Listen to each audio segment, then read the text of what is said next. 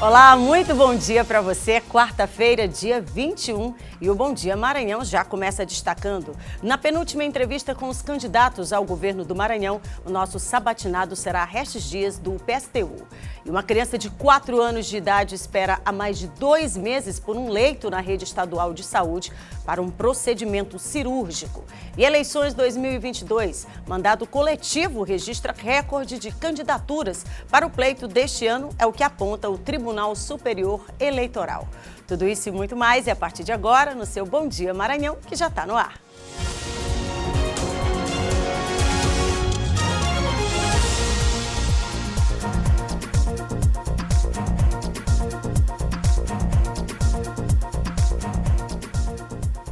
Começando mais um dia, graças a Deus, o principal nós temos, né? Que é a vida. Então, se abrimos os olhos, botamos o pezinho no chão, então vamos vencer essa quarta-feira, se Deus quiser. Desejo que seja abençoada, que você tenha aí todos os seus propósitos atendidos, tá? Por aqui a gente segue na missão de sempre começar o nosso Bom Dia Maranhão, destacando para você os principais equipamentos de trânsito aqui da nossa capital. Imagens ao vivo, já mostro para você ali da rua Oswaldo Cruz, região central da cidade, que liga também a diversas regiões também aqui da nossa capital. São 7 horas e 12 minutos, se você acerta seu relógio. Até pertinho das 8 a gente segue com você. Pode buscar lá nas redes sociais durante todo o dia. Você pode, inclusive, aí participar, interagir conosco, acessando o @difusoratv. Por lá você acompanha aí os nossos bastidores de toda a programação. E aproveita também, me procura, tá? Kate Almeida Oficial, esse é o nosso acesso ali no Instagram. Kate Almeida Oficial, tá?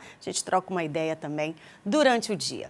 Mas vamos falar de conectividade? Toda casa tem aquela pessoa que está conectado e que realmente passa o dia todo nessa condição, né? Acompanhando aí a série favorita, assistindo o seu filme, ou então nas redes sociais conectado, ou então tem aquele que ama um joguinho online, né? E já tem até os seus preferidos. Se a sua casa também é assim, essa novidade é para você. Começou a operação Casa Conectada da Max e a missão é deixar a família toda a um. E presta atenção, se você ligar agora para esse telefone, que é o 31997270, você vai pagar apenas R$ 99,90 por um plano de 400 MB de internet. É isso mesmo que você ouviu, tá? Com essa promoção, a sua família toda vai poder aproveitar uma conexão de qualidade e também de estabilidade, que a gente realmente quer e ama fazer, né? E aí é para você poder fazer tudo aquilo que você deseja durante todo o dia. Então tem que ligar 31997270 e assinar agora mesmo, sem deixar para depois. Operação Casa Conectada Max para a família toda ficar on. Operação Casa Conectada Max. Dessa vez é pra família toda ficar on. Tenha um plano de 400 MB de internet pagando apenas R$ 99,90. Isso mesmo, 400 MB por R$ 99,90. Operação Casa Conectada Max. Eleições 2022.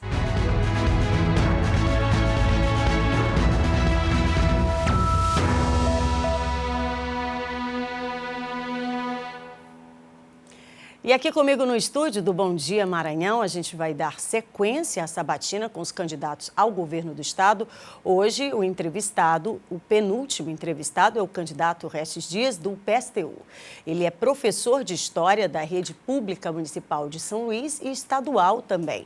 Foi candidato a vice-presidente do Brasil pelo PSTU. Com 51 anos, Dias é natural de São José de Ribamar, já concorreu ao cargo de vice-presidente em 2018.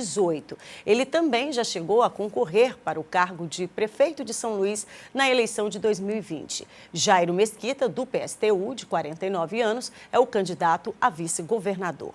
Candidato, agora, a partir de agora, o senhor tem 13 minutos, são 2 blocos de 13 minutos e a gente começa, portanto, a partir de agora com o seu primeiro tempo. Seja muito bem-vindo, bom dia.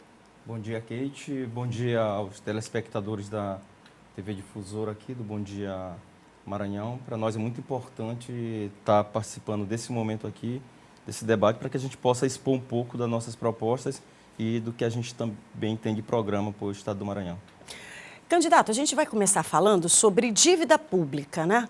O senhor tem defendido o cancelamento da dívida pública como uma forma, um recurso aí de poder estabelecer uma reorganização, né? E também fazer uma espécie de divisão aí juntamente com os trabalhadores, que é o principal mote do próprio partido. Mas eu lhe pergunto, cancelamento da dívida pública não seria um calote? Não, não é um calote, não. Olha, na década de 80, no final da década de 80, o Sarney suspendeu o pagamento da dívida pública. Ele decretou moratória, porque o país não tinha como continuar pagando, não era dívida pública naquele momento, era dívida externa que foi convertida em dívida pública. Na verdade, então não existia uma configuração de dívida pública. Mas era a dívida externa, porque a dívida externa ela foi transformada em títulos da dívida pública. Mas olha o que acontece, na verdade são os governantes, os governadores, presidentes que, na verdade, estão incorrendo em inconstitucionalidade, porque a auditoria da dívida pública ela é constitucional. Não se fazem auditoria porque você vai identificar para que foi feito esse empréstimo e quais foram os grupos que se beneficiaram dele. Aqui no Maranhão já está chegando a 6 bilhões de reais e só esse ano o governo do Brandão já ia transferir 1 bilhão e 600 milhões de reais. E atenção, o pagamento é juros sobre juros, que inclusive é inconstitucional. Para quem está ouvindo, para entender, quanto mais nós pagamos da dívida pública, mais ela aumenta. E, com certeza, essa dívida, ela não foi contraída, esses empréstimos não foram contraídos para melhorar a vida da classe trabalhadora. Muito pelo contrário, a vida da classe trabalhadora está cada vez pior. O que nós defendemos? Auditoria, que é uma verificação para saber como foi contraída e quem se beneficiou dessa dívida. Constatando as irregularidades, nós vamos suspender o pagamento dessa dívida e essa verba que estava indo para banqueiros e agiotas, que são parasitários, que não produzem absolutamente nada e pegam muito dos serviços públicos, a gente vai destinar para a educação, para a saúde, para outros serviços públicos que são fundamentais. E o senhor pensa fazer isso como? Essa dívida ela foi contraída, a gente sabe que o resultado disso, e o próximo governador que sentar a cadeira sabe que tem um desafio gigantesco, até porque com a dívida que foi adquirida, e o senhor bem disse, o volume dessa dívida, existe inclusive riscos, né, iminentes até para o servidor, comprometendo, portanto, aí a renda do servidor, o salário do servidor, porque nós temos uma dívida que, até o momento, nem se sabe como pagar, de tão volumosa que é. Na verdade, essa dívida ela já foi paga várias vezes. Kate, a dívida pública brasileira, ela já foi paga, para salvo engano, mais de 5 vezes, só com juros sobre juros. Entende? Então, nós estamos pagando, por exemplo, um carro e uma geladeira que nós não compramos. Não chegou a geladeira na minha casa, não chegou o carro na sua casa, mas você está pagando o carro e eu estou pagando a geladeira. Os nossos filhos, eles já nascerão endividados, enquanto os ricos já nascem com a herança garantida. Isso é completamente absurdo, é completamente irracional. Então, nós queremos fazer isso e mais. Nós queremos, inclusive, perdoar a dívida dos trabalhadores que não têm condições de pagar, porque os giros são elevadíssimos e nós vamos montar um aparato jurídico, para fazer com que os grandes devedores do Estado do Maranhão devolvam esse dinheiro aos cofres públicos.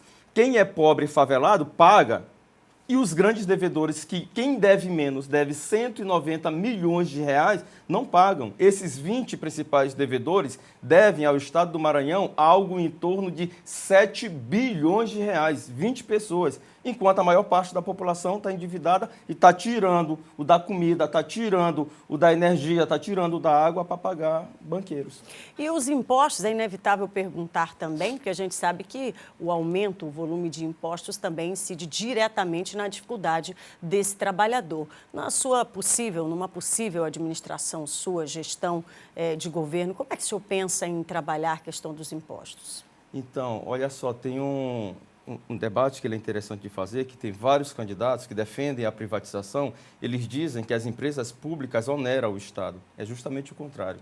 As empresas públicas, elas servem para ajudar o Estado a arrecadar e para fazer a movimentação financeira do Estado. Quando você entrega essas empresas, como Rosiana entregou o Banco do Estado do Maranhão, entregaram também a SEMAR para a Equatorial, como é que você vai continuar fazendo a movimentação financeira? Qual é a alternativa que tem se vocês não têm mais essa empresa? Aumentar a carga tributária. Então, pesa sobre nós. O que nós queremos fazer? Nós queremos inverter o processo. Quem vai pagar mais impostos no estado do Maranhão, no governo do PSTU, são justamente os grandes empresários. Os pequenos e médios empresários, nós vamos baixar os impostos, inclusive alguns nós vamos isentar e auxílio emergencial para esses, que é quem gera emprego. Quem gera emprego é o pequeno e médio empresário. E aqui no Maranhão é um verdadeiro paraíso fiscal. As grandes empresas não pagam impostos aqui. O agronegócio utiliza o nosso solo, utiliza a nossa água, destrói o cerrado, exporta sem pagar quase nada de impostos. As grandes empresas aqui do estado do Maranhão, a Vale, a Alumar, a Suzano, não pagam impostos ou pagam muito pouco. Ou seja, quem ganha mais, paga menos. Quem ganha pouco, paga muito. Então, a gente quer inverter esse processo. Mas, candidato, o senhor fala também e defende bastante, inclusive é uma bandeira do seu partido, a questão da integração, de colocar, né, de fazer uma gestão popular, com participação popular, isso, de movimentos sociais também, dentro dessa esfera, né, que a gente tem, dentro da sua fala, observado sobre a engenharia do Estado e esses recursos volumosos. O senhor imagina mudar, por exemplo, a reorganização da máquina ou, por exemplo, enxugá-la? E aí inserir nesse processo também essa participação popular? Como é que o senhor imagina esse cenário para o ano que vem? Então, olha só, o Lênin, ele tinha uma frase muito interessante que ele dizia que a melhor forma de fazer política é ouvir. Então, quando os governantes se elegem, eles ouvem, mas são os empresários. Nós queremos ouvir aqueles que são a maioria da população, que são os trabalhadores. Como fazer isso? Através dos conselhos populares, que são os trabalhadores organizados por sua área de trabalho, de estudo ou de moradia. Seria um governo técnico? Não, não seria só um governo técnico. É um governo, justamente um governo, mais do que técnico, seria um governo político. Vou dar um exemplo. Agora, pela manhã, está acontecendo o ato dos trabalhadores da enfermagem, que inclusive foram aqueles que arriscaram a vida, 13 mil perderam a vida no Brasil durante o período da pandemia, de acordo com a Organização Mundial da Saúde. Agora conseguiram ter sancionado o seu direito a um piso nacional e o STF barrou esse direito da categoria. Estão fazendo um ato agora aqui em frente ao Ministério da Fazenda. Eu queria, inclusive, prestar solidariedade a esses companheiros. Daqui a pouco nós estaremos lá. Mas nós achamos que são esses que têm que definir a verba e como tem que ser aplicado. Não é o PSTU que vai indicar o secretário de saúde. Quem vai indicar a equipe que vai gerir a saúde serão justamente esses trabalhadores, inclusive com cargos revogáveis. Né? Exato, com cargos revogáveis, ou seja, se eles foram escolhidos para cumprir a tarefa A ou B e não cumprem, esse cargo pode ser, eles podem saírem e colocar outra pessoa. Mas como no é que lugar. o senhor imagina fazer isso, se a gente sabe que nesse universo político existem os apoios? Como é que o senhor vai governar, né? Como é que o senhor vai gerir sem os apoios políticos também? Nós vamos estar apoiados na maioria. É esse que é o elemento. A classe trabalhadora é chamada a eleger esses políticos a cada 4 anos. Então está errado ela fazer isso a cada 4 anos, ser chamada para essa festa da burguesia e esperar 4 anos para escolher, e muitas das vezes escolher até o pior. Nós queremos que tenha uma participação direta da população. Você é apoiado nos conselhos populares, ao contrário do que se pensa, você submete a própria Câmara, você submete o parlamento à população, que é o mais correto. Democracia é isso, democracia vem de demo. Demo significa maioria, cracia, poder. Quando apenas 40 e poucos deputados ficam decididos sobre a vida de 7 milhões, não é democracia. Quando você chama a população a participar diretamente dos temas principais da cidade, nós podemos chamar isso de uma democracia popular apoiada nos conselhos populares. Então, no seu entendimento e nas suas propostas, para governar seria de forma coletiva e não... Com os trabalhadores, justamente isso. Somente com os trabalhadores. Justamente isso, justamente isso. Agora, esse mesmo trabalhador que tem perdido espaço, né? A gente sabe que existem milhares de pessoas que estão fora, né? Não tem hoje uma frente de trabalho e, claro que isso advém aí de toda uma história, inclusive com o advento da pandemia, isso ficou bem piorado. No Maranhão existem números que são os piores possíveis e que vêm se arrastando aí ao longo da história também. Pessoas passando fome, e esse tem sido uma fala recorrente, porque diante dos números não se tem como negar esse retrato do Estado. Como é que o senhor pensa, num primeiro momento, sanar ou alcançar essas pessoas que precisam, então, de atenção? Mas eu me refiro, num primeiro momento, para depois criar as políticas públicas e desenvolvê-las para fazer essas pessoas conseguirem, né, caminhar sozinhas. Então, em primeiro lugar, é importante a gente relembrar aqui que o presidente da República, o Jair Bolsonaro, um genocida.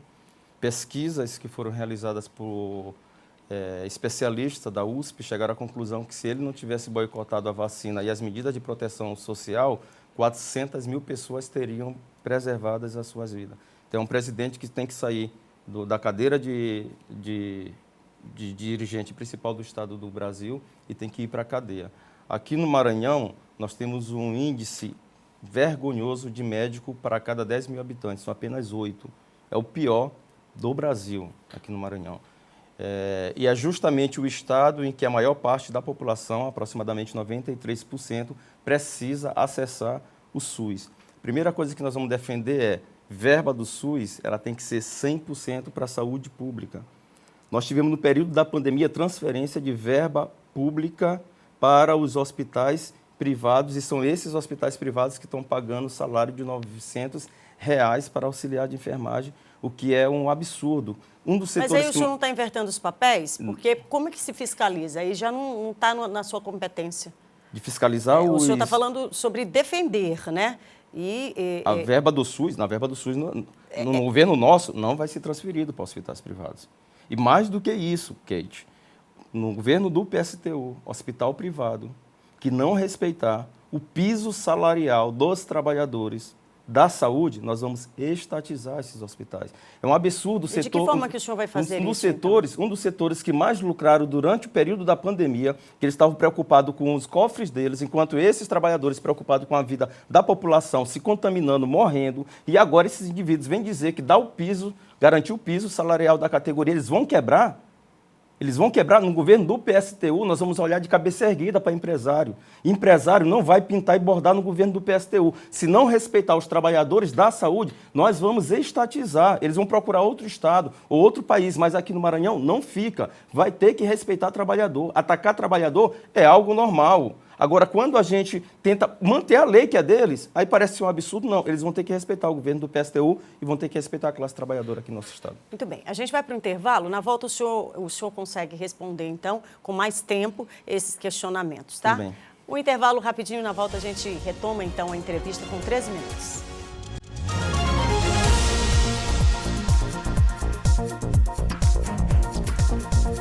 De volta com o nosso segundo e último bloco, tá, das sabatinas, com os entrevistados aqui que concorrem ao cargo de governador do Maranhão. Comigo, o Restes Dias, do PSTU.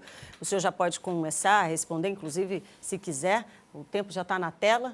É a pergunta anterior. Então, só para a gente entender, a decisão fundamental, ela não é jurídica, administrativa. Ela vai ser política. O piso, ele é constitucional dos trabalhadores e das trabalhadoras, sobretudo da enfermagem, assim como da minha categoria de educação. É constitucional. Eles não respeitam. Porque o que determina é a correlação de forças. Todos os outros candidatos, salvo raras exceções, eles estão do lado dos grandes empresários da saúde privada. Tanto é que nenhum deles declararam apoio às manifestações dos trabalhadores da enfermagem. Mas com relação à sua categoria, o Estado defende que não tem recursos para pagar. E defende, inclusive, que já paga, né, o maior piso em todo o país. Mas é porque existe uma diferença entre o que é piso, o que é salário e o que é remuneração. O piso não entra o tempo de serviço, o piso não entra a sua formação, o piso não entra as suas gratificações.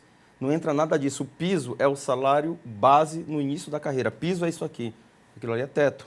Então, eles utilizam a remuneração para dizer que estão pagando piso. Não paga o piso nacional, que seria de R$3.000 e poucos. No início da carreira, eles não pagam. O governo do Flávio Dino nunca respeitou a nossa categoria nesse sentido.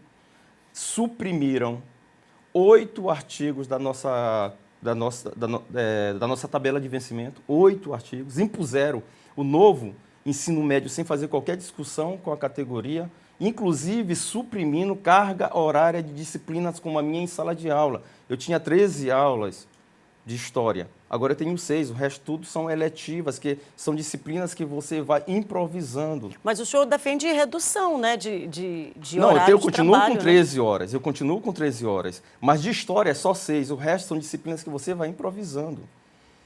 Entendeu? Para atacar justamente essas disciplinas que são fundamentais, como história, sociologia e filosofia. Quem lembra muito bem foram justamente essas disciplinas que foram atacadas no período da ditadura militar, porque tem a ver com a questão de despertar a consciência crítica. Nós do PSTU defendemos que a educação não seja só voltada para o mercado de trabalho, que inclusive está saturado, porque eles estão falando que o problema da juventude é que não tem qualificação profissional. Mentira! Porque a nossa juventude, Kate, ela tem uma formação, tem uma escolaridade superior às gerações passadas e recebe salários menores. É porque não existe o mercado de trabalho. Então, as pessoas estão saindo da universidade, da minha categoria, estão desempregadas, eu estou subempregada. Na UEMA, que também está tendo manifestação, nesse momento, a ocupação dos estudantes, são 500 professores contratados recebendo salários inferiores, inclusive, aos professores do ensino médio. Na UEMA, na Universidade Estadual do Maranhão. Quando sucateia a UEMA, qual é a tática aí? É obrigar os alunos a ir para a universidade privada. Quando você sucateia a saúde pública, é obrigar quem tem minimamente condição de pagar plano de saúde a ir para a saúde privada. Como é que o senhor pensa em corrigir, né, tudo isso que o senhor vem apontando, especialmente, né, falando diretamente aí com esse maranhense que espera números, situações, um estado melhor para se habitar? Isso, o PSTU talvez seja um dos poucos partidos nessa eleição que tem falado o que vai fazer e de onde vai tirar. Os outros apresentam propostas mirabolantes. Nós falamos assim, a sociedade é dividida em classe. Tem um setor que quer aumentar o seu lucro e tem um setor que quer melhorar suas condições de vida. Quando você tira daqui, você melhora aqui. Quando tira daqui, você melhora aqui. Então, essa é a lógica. Então, olha só, o que é que nós vamos fazer primeiro? É suspender o pagamento da dívida pública, como eu já falei. Segundo, nós vamos taxar os grandes empresários. O grupo, o Wilson Matheus aqui, paga ICMS, que é o principal imposto que destina a verba para a educação, para a saúde, para saneamento básico, paga apenas 2%, enquanto os outros pagam 18%. Então, essa farra, ela vai acabar. Nós vamos reestatizar as empresas que foram privatizadas. O Banco do Estado do Maranhão, Rosiana Sarney, utilizou 333 milhões de reais para sanear o banco e vendeu ele por pouco mais de 70 milhões de reais. É como se você tivesse gastado 100 mil para reformar a sua casa e depois você vende a casa por 50 mil. É um absurdo. A mesma coisa que aconteceu em relação à Semar, que foi entregue para a Equatorial e agora as tarifas estão lá em cima. E tanto a Semar, tanto a Equatorial quanto o Bradesco, que foi o banco que incorporou o bem, hoje prestam serviços péssimos. No PROCON, a Equatorial é justamente a empresa que tem maior quantidade de reclamações. Entre as 10 está também o Bradesco, ou seja, o processo de privatização que eles falaram que era para melhorar a vida do nosso povo só piorou. Nós vamos fazer auditoria em relação a essas empresas e vamos reestatizar ela, assim também como em relação ao FEPA, que é o Fundo Estadual de Pensões e Aposentadoria, que o dinheiro simplesmente desapareceu. E fica por isso mesmo, nós vamos fazer uma auditoria na FEPA e quem pegou esse dinheiro dos nossos aposentados, dos nossos pensionistas, terão que devolver esse dinheiro para os cofres públicos. Senão isso aqui vira uma terra sem lei, terra de ninguém. Aliás, terra de ninguém não, terra de poucos. O senhor falava ainda há pouco sobre a realidade do governo federal, num possível governo seu. Como é que o senhor pensa em se relacionar, então, com o próximo presidente, inclusive, né, destacando aqui que, independentemente de quem seja, como é que vai ser essa sua relação? O senhor vai bater a porta desse próximo presidente? E como será a sua relação? Eles vão ter que cumprir com o que está na lei. Então, a verba do governo federal é a verba da União. Mas o senhor vai bater a porta desse próximo presidente? Todos eles vão ter, sim, claro que nós vamos. Eu estou falando porque a verba não é verba do Hertz, não é verba do Bolsonaro, não é verba do Lula, caso ganhe, não é verba do Ciro, é verba dos trabalhadores, é verba da população. Quem paga mais impostos no Brasil são os trabalhadores. Nós queremos dizer o seguinte, verba do trabalhador tem que vir para a classe trabalhadora. E olha só, quando a gente fala de correlação de força, um governo do estado do Maranhão tomando essas medidas que nós estamos tomando aqui, isso pode gerar um efeito dominó para que a classe trabalhadora dos outros estados faça o mesmo também e a população de maneira geral faça o mesmo em relação ao governo federal, em relação aos nossos impostos. Do orçamento nacional, 700 bilhões vem de contribuição dos trabalhadores. Dos grupos burgueses nacionais, 100 e poucos bilhões. E do grupo internacional, 70 bilhões. Quem mais contribui para o orçamento é a classe trabalhadora. E é quem menos tem retorno de serviços públicos. Nós queremos reverter essa lógica perversa. Sobre serviços públicos, o senhor é professor, está imerso a essa realidade. E aí a gente destaca aqui os últimos números, inclusive, mostrando aí que o Maranhão, infelizmente, está aí, né, muito aquém daquilo que precisaria no quesito educação. Estou me referindo aqui a uma área, né? Até porque é constitucional o direito à educação também. Sabemos já foi comprovadamente observado que a estrutura, fazer a estrutura física é importante porque esse aluno, esse estudante, essa família, essa comunidade escolar precisa ter muito concreto, né? Esse ambiente para que você possa estudar, inclusive com cadeira para sentar, uma tela para você observar o que é colocado por esse profissional. Profissional, inclusive, que precisa ser valorizado, porque se não houver esse conjunto, o resultado é esse, números assustadores da educação. O senhor pensa em ampliar qual tipo de programa? Por exemplo, nós temos hoje o Escola Digna que oferece aí prédios, estruturas. O senhor manteria esse programa? Ou de que forma que o senhor ofereceria uma educação de qualidade para esse estudante maranhense com condições, né, e dignidade? Então, eles inventam um monte. Se você olha os programas do Brandão na televisão, parece que a gente está em Hollywood. Parece que a gente está vivendo uma outra realidade. Não é a realidade da escola que eu trabalho. Não é a realidade da maioria dos professores. Não é a realidade da maioria dos alunos. É pura propaganda aquilo ali. Então, o que nós vamos fazer aqui? Em primeiro lugar, a questão dos conselhos populares é fundamental.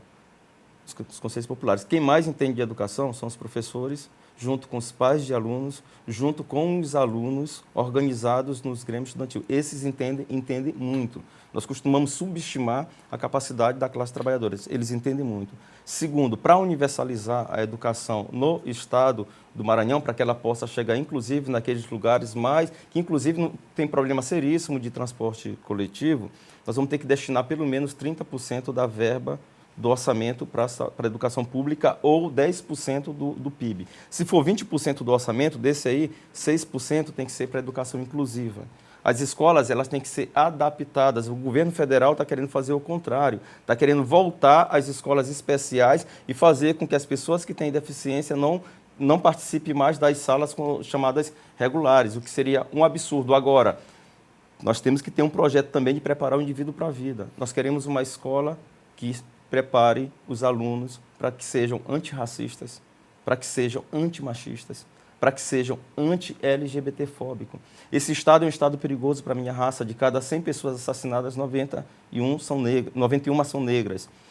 Só esse ano, mais de 40 mulheres foram assassinadas nesse estado por feminicídio. Os indígenas, em 15 dias, 3 indígenas foram assassinados. LGBTs é considerado como coisa. O papel da escola também é para isso, é para educar os alunos a ver a diferença como algo natural. O que não pode ser naturalizado é a desigualdade, de ter uma minoria acumulando muita riqueza e ter uma maioria passando fome. Isso é que tem que indignar a gente. A diferença, ela tem que ser sinônimo de equivalência. Mas com relação a prédios e estruturas, o senhor não respondeu. O senhor faria o quê? Uma reorganização ou implantaria, construiria outros de forma a expandir isso no estado? Afinal, são 217 municípios. Não, isso que a gente está falando. Nós vamos ter que ter um plano. Isso está combinado ao que nós chamamos de plano de obras públicas. Nós vamos criar uma empresa estatal de construção de obra pública para gerar emprego e dentro desse programa vai estar a construção de escolas, sobretudo de escolas adaptáveis. Quando você cria uma empresa de construção de obras públicas, você rompe com as grandes construtoras, que é quem define a política de infraestrutura. A escola também tem a ver com infraestrutura do estado do Maranhão. O senhor tem 2 minutos, se quiser continuar, seus 2 minutos finais. Então, olha só, em primeiro lugar, nós queremos agradecer aqui, eu acho que o debate ele foi importante.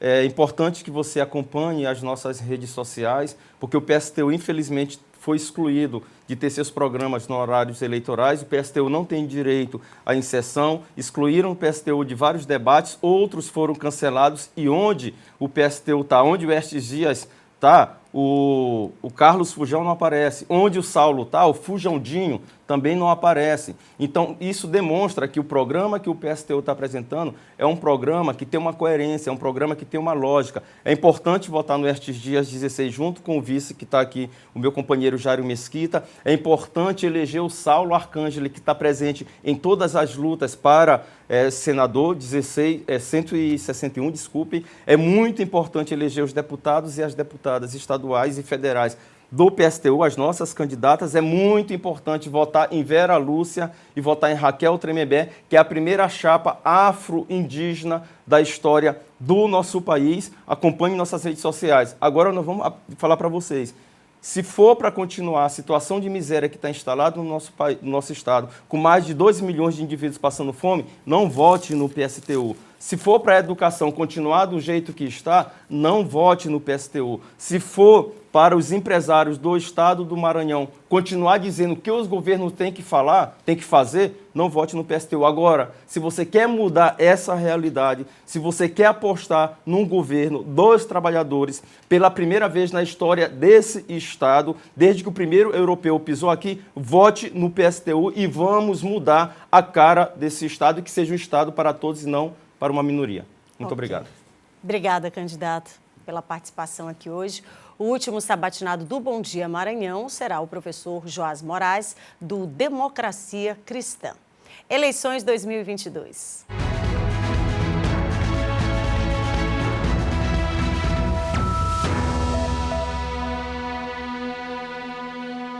A gente segue com o Bom Dia Maranhão, agora convocando Bial Mendes, ele que está acompanhando ali os profissionais da saúde que fazem uma nova paralisação. A manifestação tem como pauta a defesa do piso salarial da enfermagem. Bial, muito bom dia para você. Como é que está a situação por aí? Bom dia, Kate, bom dia a todos. Os trabalhadores estão concentrados aqui em frente ao Ministério da Economia, no canto da Fabril. Como você disse, a reivindicação aqui é o piso salarial. Na verdade, acontecem duas manifestações na manhã de hoje, Kate. A primeira aqui no canto da Fabril e a segunda no Hospital Dutra, região central. A do Hospital Dutra são trabalhadores da EBSER e resolveram também cruzar os braços na manhã de hoje. Aqui no canto da Fabril é exatamente uma manifestação nacional contra a decisão do Supremo Tribunal Federal de manter a suspensão do novo piso salarial da enfermagem. Profissionais de todo o Brasil estão com os braços cruzados, pelo menos por 24 horas. É a primeira informação repassada pelos sindicatos. Você observa nas imagens que eles estão aqui sobre a escadaria e também sobre ao redor do Ministério da Economia, aqui no canto da Fabril. Kate. É isso, Bial, obrigada pela informação. Daqui a pouquinho ele volta trazendo aí a situação, o desdobramento aí dessa situação, tá? E você está sem plano de saúde ou então está com dificuldades para poder pagar? Não quer depender do SUS? Presta atenção nesse recado. Você vai adorar conhecer a Dr. Home BR, um precinho que cabe no seu bolso e cabe de verdade, tá? Um sistema inovador que resolve os seus problemas somando medicina com tecnologia. São consultas ilimitadas e uma equipe preparada com médicos e ambulâncias para poder resolver aí qualquer problema de urgência, emergência. Tem telemedicina, você pode falar com o médico sempre que precisar. E ainda tem mais, um exclusivo clube de descontos de até 80% nos melhores hospitais, além de medicamentos e muito mais. Apontando a câmera do seu celular para esse QR Code que aparece aí na tela, a turma vai te direcionar, tá? Para outras informações. Mas não esquece, tem que levar a família toda junta, principalmente os idosos. Conta para eles essa novidade. Você pode baixar o aplicativo Dr. Home BR. É a saúde que cabe no seu bolso, bem na palma da sua mão. Estou indo para o intervalo, tá? É rapidinho, na volta a gente retoma, inclusive trazendo aí as últimas informações sobre a manifestação dos profissionais da saúde. É um instante só.